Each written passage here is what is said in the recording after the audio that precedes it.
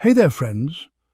If you're curious about history and want to discover more amazing stories just like this one, go ahead and follow our channel. Your support means a lot, so don't forget to subscribe, like, and drop a comment to let us know what you think. Has Cleopatra's tomb finally been found? Her last secret comes to light. The ancient city of Taposiris Magna lies hidden along Egypt's northern coast. Today it's a shadow of its former glory. But what lies beneath might hold the key to solving one of history's greatest mysteries, the final resting place of Cleopatra, the most iconic queen in Egyptian history. A recently discovered tunnel there is being called an engineering marvel of its time. Archaeologists uncovered a 43-foot underground structure, partially submerged in water. Its shape and construction technique closely resemble the famous Tunnel of Eupalinos in Greece, a tunnel built by digging from two ends simultaneously until they met in the middle. The precision in math and engineering needed to pull that off back then, especially near a mountain, is truly incredible. Since 2004, archaeologists working at Taposiris Magna believe this tunnel might lead to Cleopatra's long-lost tomb. And the evidence so far supports this theory. For starters, the city and its temple were built by one of Cleopatra's ancestors, Ptolemy II. The architecture of the site seems entirely dedicated to the ancient god Osiris and his queen Isis. Throughout her reign, Cleopatra tried to connect herself with Isis, so it wouldn't be surprising if she chose this place as her final resting spot. Her tomb hasn't been definitively found yet, but research is ongoing, supported by modern technology. To study the site in more detail, archaeologists used ground-penetrating radar, a tool that lets them see beneath the surface without digging. Since the tunnel is incredibly old, everything must be done with precision. Using radar images to see underground before digging began back in 2011. If Cleopatra's tomb is discovered, it could help us finally piece together the end of her life. Still, one of the biggest mysteries in ancient history. To this day, we don't know exactly how she died. Some believe she allowed a deadly Egyptian cobra to bite her. Others think she might have been familiar with poisons and kept some hidden in her hairbrush, just in case. But that doesn't necessarily mean she ever planned to use it on herself. We do know a lot of fascinating things about Cleopatra. For example, she had a personal hairstylist. Most depictions of Cleopatra show her wearing dark kohl eyeliner. That signature look was created by a woman named Iris, who was also her personal florist. She'd draw a bold line from Cleopatra's eyes all the way to her temples, a makeup technique still used today to make the eyes pop. Iris wasn't just her stylist, she was her confidant and close friend. Some theories even suggest she was by Cleopatra's side when she died.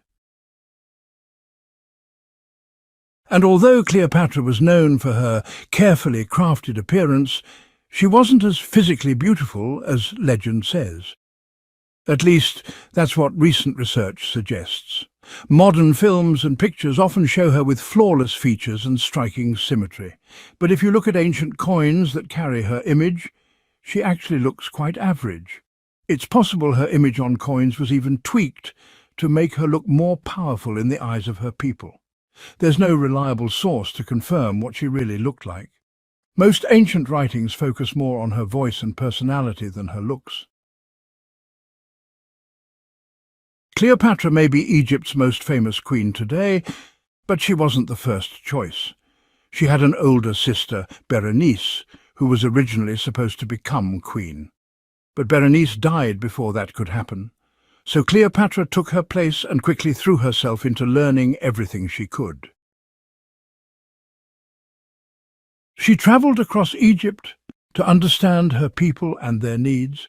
She was only 18 when she took the throne and quickly became popular thanks to her intelligence and education. She also had a deep appreciation for literature.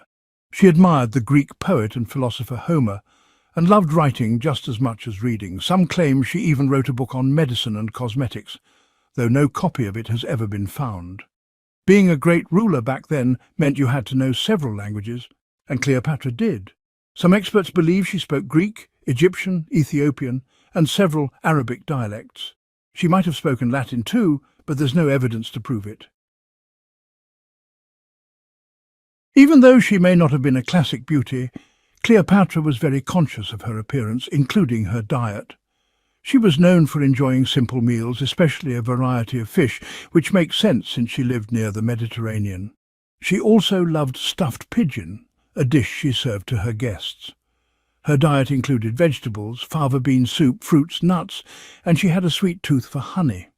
Recently, a team of experts tried to recreate her famous perfume. Think of it like the ancient version of Chanel No. 5. Cleopatra adored luxurious scents and believed they influenced how people treated her.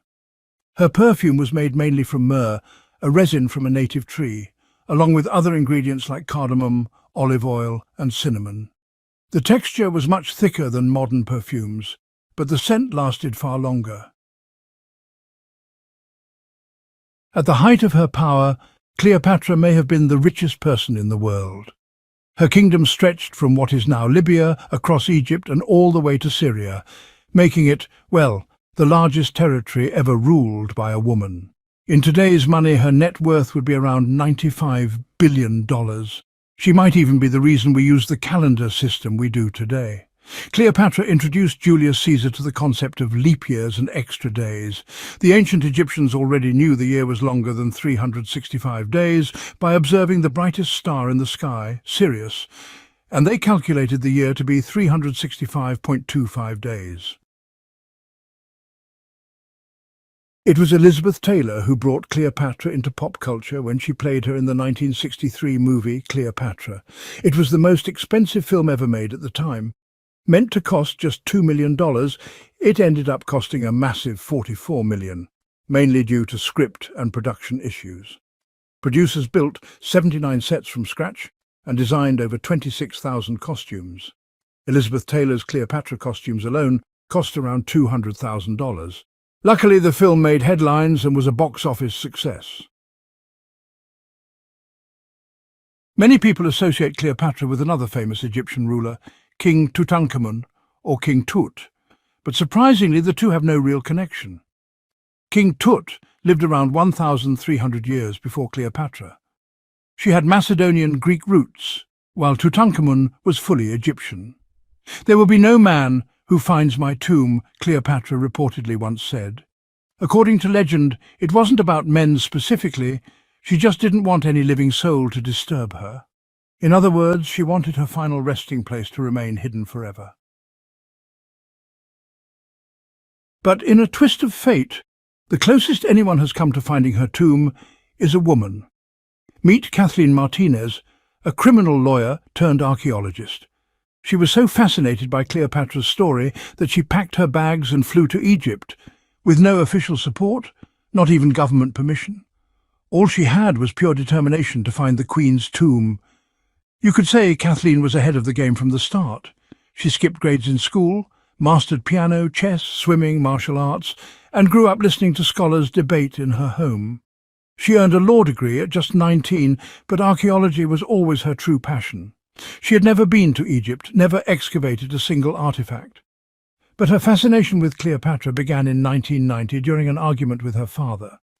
That day, she was searching his library for Shakespeare's Antony and Cleopatra. Her father, Fausto Martinez, a professor and legal expert, offhandedly called Cleopatra a seductress. Kathleen pushed back hard, arguing that history had been incredibly unfair to Cleopatra. She believed the Romans deliberately destroyed her reputation, and for centuries people believed their version of the story. That debate lasted for hours. In the end, her father admitted he might have judged Cleopatra too harshly. That one conversation changed everything. She managed to find an old text, specifically Plutarch's account of Cleopatra and Mark Antony. And the more she read, the more convinced she became that Cleopatra wasn't just a queen who fell for the wrong man. She was a genius, playing a dangerous political game to keep Egypt independent. And then it hit her. What if everyone was searching for Cleopatra's tomb in the wrong place? That idea stuck with her. While caring for her second child, she somehow juggled everything and earned a master's degree in archaeology.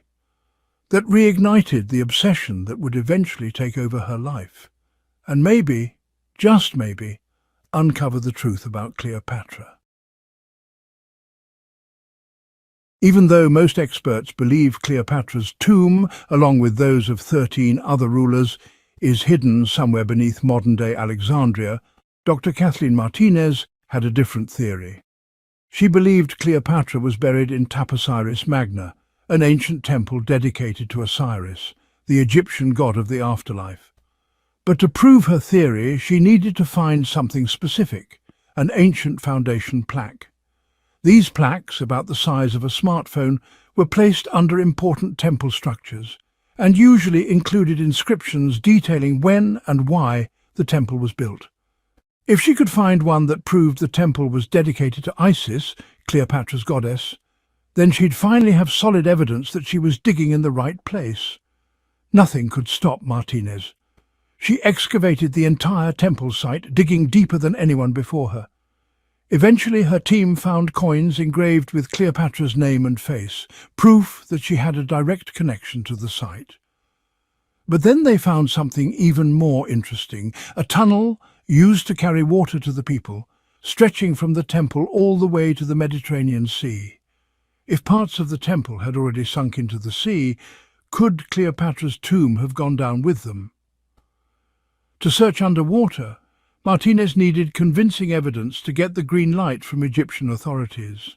And despite the challenges, she found what she was looking for, the missing foundation plaque. It showed a pharaoh dedicating a large section of Nubia to the goddess Isis. That was it, the confirmation she'd been waiting for. The temple really was dedicated to Isis, proving that her theory wasn't just speculation. If one of the temples was on land, Martinez suspected the second one, possibly Cleopatra's tomb, had collapsed into the sea.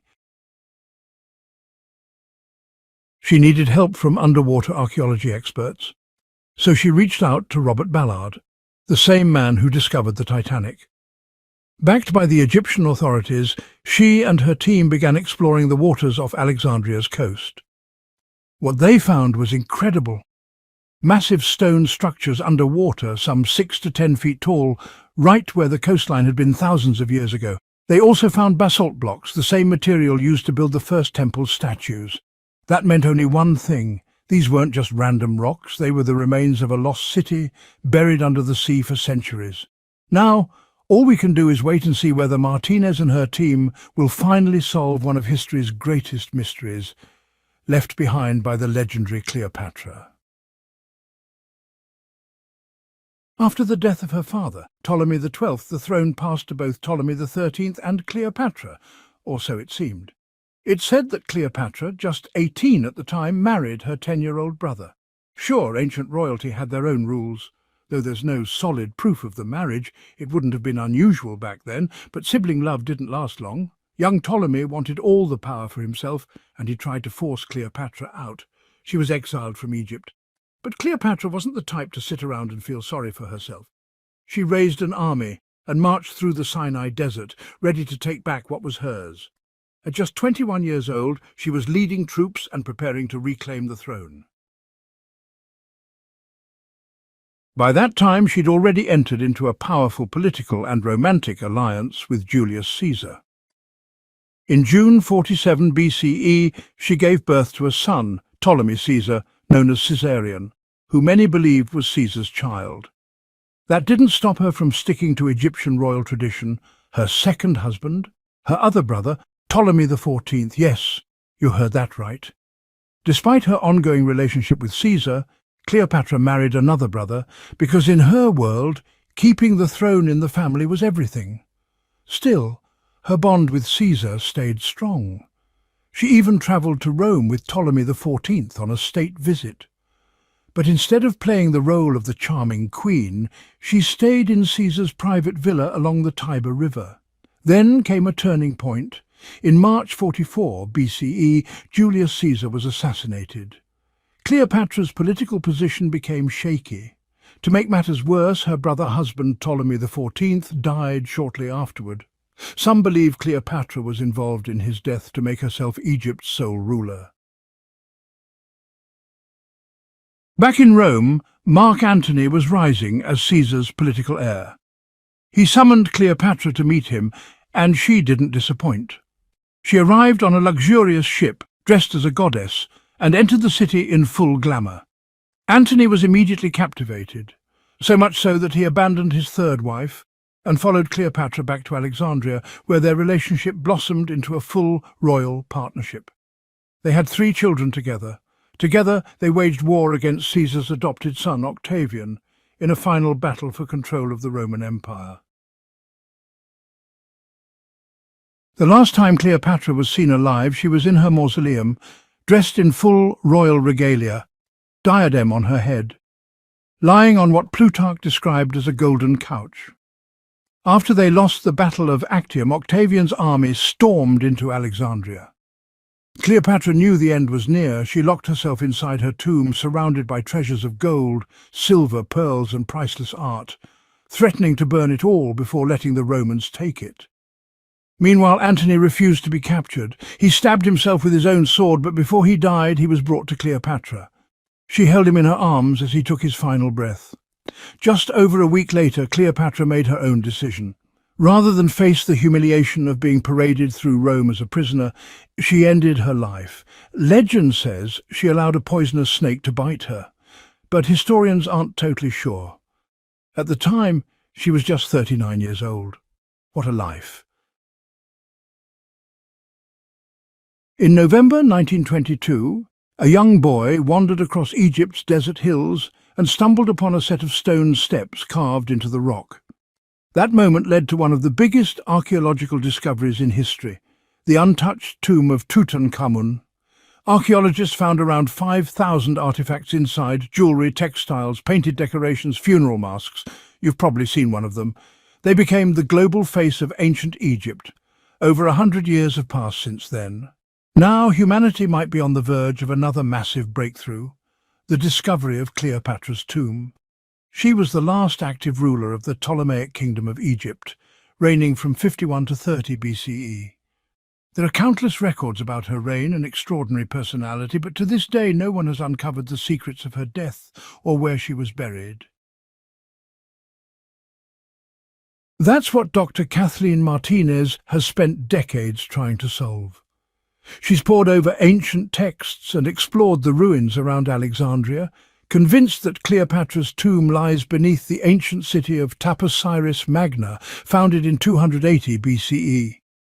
It was a major city on Egypt's northern coast, where tens of thousands of people once worked in trade and industry. And it looks like Martinez may have been right. She and her team discovered a hidden tunnel nearly 0.8 miles long, carved into the bedrock under the temple at Taposiris Magna. Further excavation revealed many clues suggesting that Cleopatra's tomb could be deep inside. It's even possible that Mark Antony was buried there with her. According to ancient sources, Cleopatra and Antony were deeply in love and stood together against the Roman Senate, which had labelled Antony a traitor. Finally, I just want to thank you all for listening. If you enjoyed this story, please consider following the channel and watching future videos. Don't forget to